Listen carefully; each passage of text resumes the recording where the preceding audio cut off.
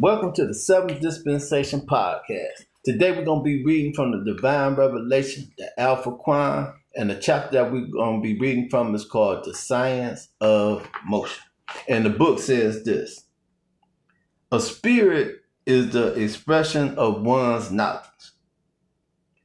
And it was the Spirit of God which created the greatest vessel for his mind or intelligence to travel in. Your vessel is the human form. This was all done for the purpose that God may be made known. However, God desired eternal life, and seeing that the human vessel was finite, God created the reproductive process in which the vessel could reproduce itself in order for his mind or intelligence to escape death. Humanity has fallen and man has become carnal-minded, low-life, and non-productive. Satan has altered our mind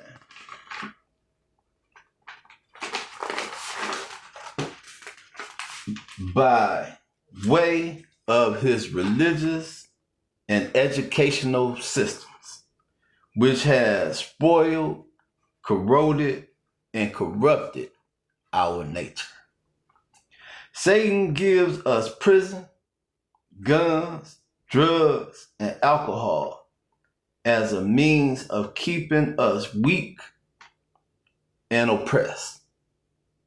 We are not in our original mind state, and drugs and alcohol affect the genes which prevent us from receiving divine instructions, which deprive the mind and nature of its own mission of self-completion. We must begin to realize that creation begins within the self. And in order for the Creator to care about us, we must first begin to care about ourselves. The only way to uplift fallen humanity is to manifest God in the self of the people. In reality, God and self are inseparable, but we have to awaken the people to the divinity within self. How did life sustain itself in its first stages of development? The self-creation of God was not a simple act. The process was done over trillions of years. There were many stages in which the seed of life evolved. The elements of plant life and water were a primal factor in the first stages of development, just as it is a key factor with life today. The life form was able to feed itself off of the elements which surrounded it by way of absorption until it was fully developed. As life began to mature, cells became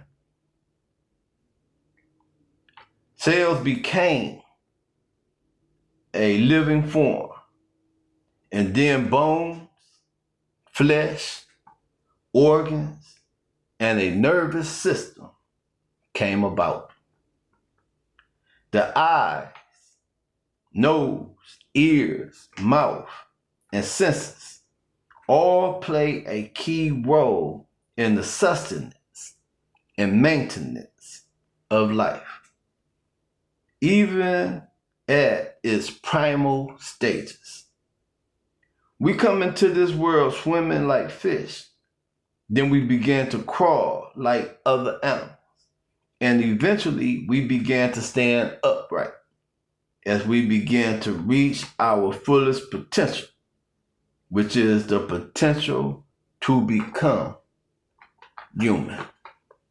Now, when you look at life, right, and you look at how we are brought into the world today, you have the mother, you have the father, you have the semen, you have the ovum. When they connect, there is a transformation process that begins to take place. And then there is the mutation of the germ. And then there is a form that begins to take place. And see, these are stages that you have to go through in order to become a living form. And it's the same process with all life forms. They all go through the same process. So when you think and look back at the beginning, and you say, well, according to the devils, right? They say it's a God. And they say that this God is in outer space somewhere. Nobody know where he at. Nobody know what he looked like, right? So we have to ask the question, well, where did he come from? Where did God come from if you telling me that there was a God who created all of this? So the answer would have to be that if God is first, then he has to be self-created, right? And if he is self-created, then that means that he has to have some type of material that came together to create this form or being or whatever you saying they say God is, right? So that means that it's stages that you have to go through for God to become whatever they say he is, right? All life has to go through a process to become a living form. And I just read to you what this divine revelation, the Alpha Quant, teaches about the manifestation of life. And I always go back to Darwin, right? Because they really assassinated Darwin's character. They really disrespected his knowledge and his wisdom, right? And then they taught us a fairy tale. And we overlooked what Darwin said. And we believed in the fairy tale, man. They told us that it was some kind of spook mystery God up in outer space somewhere that if nobody know where he at or what he looked like. When Darwin told us that it was a scientific process that brought God into existence, and that the God that came into existence was the human being. See, that was what Darwin taught. And he talked about the atoms. He talked about the mutation. He talked about the cells. So when I read this book, this divine revelation, this Alpha Quant, and it was explaining this process of how we came into existence, because I always had a question about what they was telling us.